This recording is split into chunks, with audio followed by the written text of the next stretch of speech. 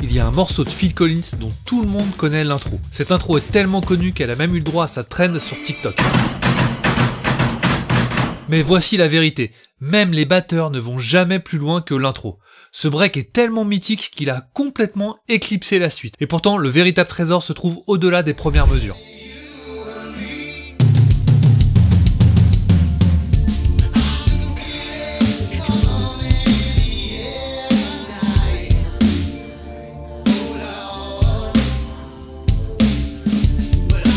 Dans cette vidéo, je vous propose donc d'analyser ce chef-d'œuvre qu'est In the Air Tonight. On va voir ensemble comment jouer correctement le break d'intro, mais aussi la suite du morceau.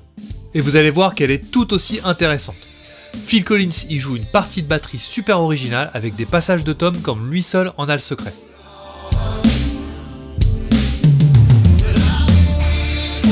Avant de commencer, je vous rappelle que comme d'habitude, vous pouvez télécharger gratuitement la partition sous la vidéo. Et j'ai également pris le temps de vous faire une partition interactive. Avec ça, vous allez pouvoir réécouter la partie de batterie de Phil Collins seul, ou encore mettre des mesures en boucle et vous en servir pour vous entraîner à jouer ce morceau. Allez, c'est parti!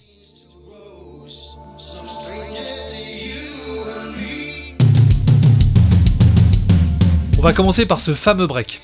Le premier problème, c'est que Phil Collins joue sur une batterie avec beaucoup de tomes. Et vu que la plupart d'entre nous n'avons que 3 tomes, il faut un peu le réarranger pour pouvoir le jouer. Voilà ce que je vous propose. Les 4 premiers coups sont joués sur le tome aigu et le tome médium. Les 4 suivants sur le tome médium et le tome basse. Et les 2 derniers sont joués sur le tome basse seul. Le break est construit sur un groupe de 3 notes. 2 coups sur les tomes et un coup de grosse caisse. Lentement, ça donne ça.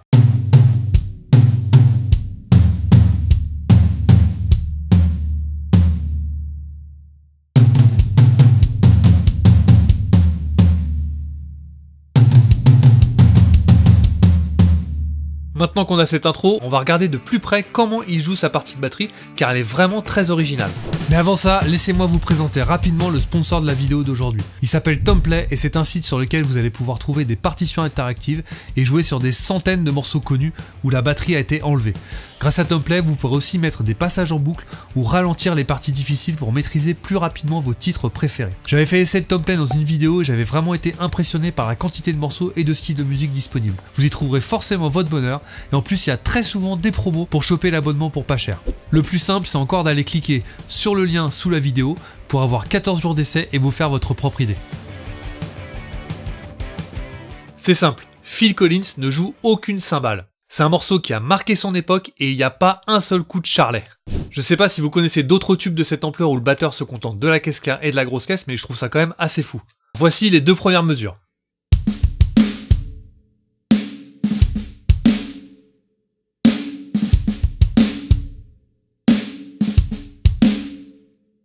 Ça semble simpliste au premier abord, mais c'est vraiment pas si facile à faire bien sonner. Il y a 3 techniques que tout batteur sérieux devrait connaître. Première technique à connaître, toutes les caisses claires jouées sur le 2e et 4e temps sont jouées avec les 2 mains légèrement décalées. Dans le langage de la batterie, ça s'appelle un flat. Ici, cette technique permet d'avoir un plus gros son et ça ajoute quelque chose de sympa visuellement. Deuxième technique, il y a des petites notes jouées sur la caisse claire très doucement. On appelle ça des ghost notes. On les entend à peine, mais elles font partie intégrante du groove.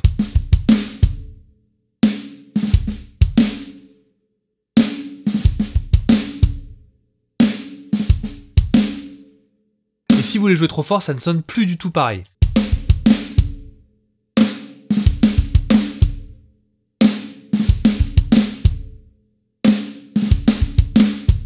Troisième technique, à la fin de certaines mesures, il joue un rad 3 entre la caisse claire et la grosse caisse pour relancer le rythme sur la mesure suivante. Un rad 3, ce sont 3 notes, les 2 premières sont jouées tout doucement en utilisant le rebond de la baguette, et la dernière est jouée plus fort.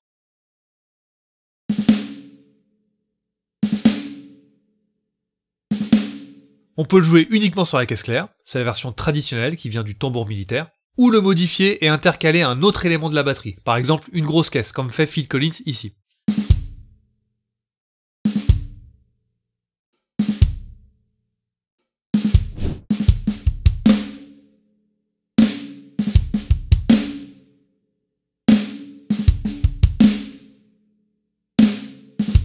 Si Si vous ne maîtrisez pas ces 3 techniques, sachez que tous les bons batteurs les utilisent et qu'elles sont essentielles pour passer au niveau supérieur. Si vous voulez les travailler, j'ai fait une vidéo sur chacune d'entre elles et je vous mets le lien dans la description. La suite du morceau, c'est une succession de mesures du même type avec quelques variations.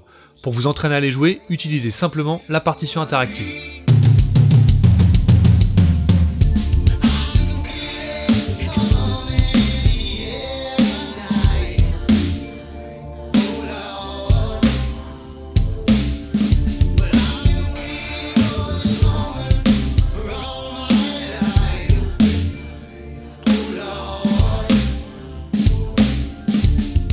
On va maintenant attaquer ce qui fait tout le style de jeu de Phil Collins, les passages sur les tomes. Le premier break en est vraiment l'exemple.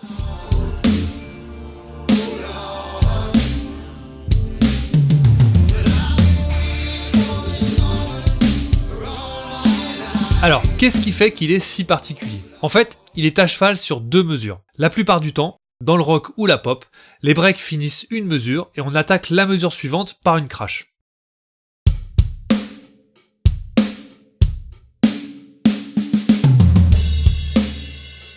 Ici, il commence sa descente de tome à la fin de la mesure et il la finit au début de la mesure suivante.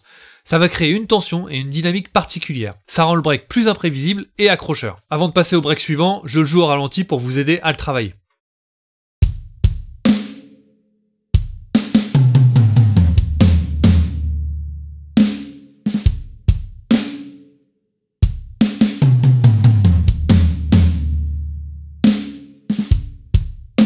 Le second break est encore plus surprenant, on croirait presque qu'il s'est trompé.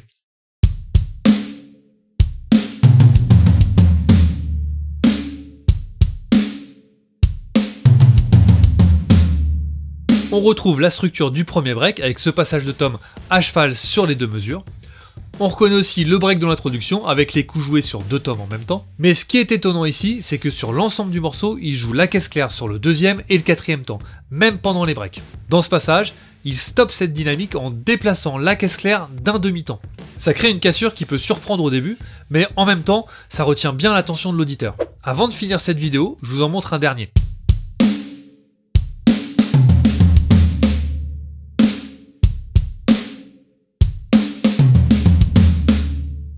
Encore une fois, un break qui chevauche les 2 mesures. Il reprend également la figure rythmique de l'introduction et du second break. 2 coups avec les mains, suivis d'une grosse caisse.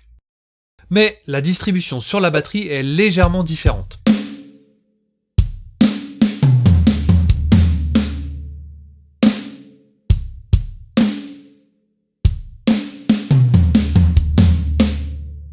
Maintenant qu'on a un peu décortiqué ce morceau légendaire, il y a peut-être des chances que vous ayez envie de le jouer en entier en étant guidé.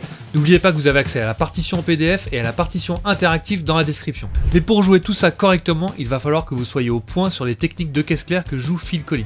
Pour commencer, je vous conseille d'aller jeter un coup d'œil à cette vidéo. J'y explique tout ce que vous devez savoir pour maîtriser les rats 3 et vous allez voir que c'est une technique super efficace pour embellir votre jeu et sonner un peu comme un pro. Allez, ciao!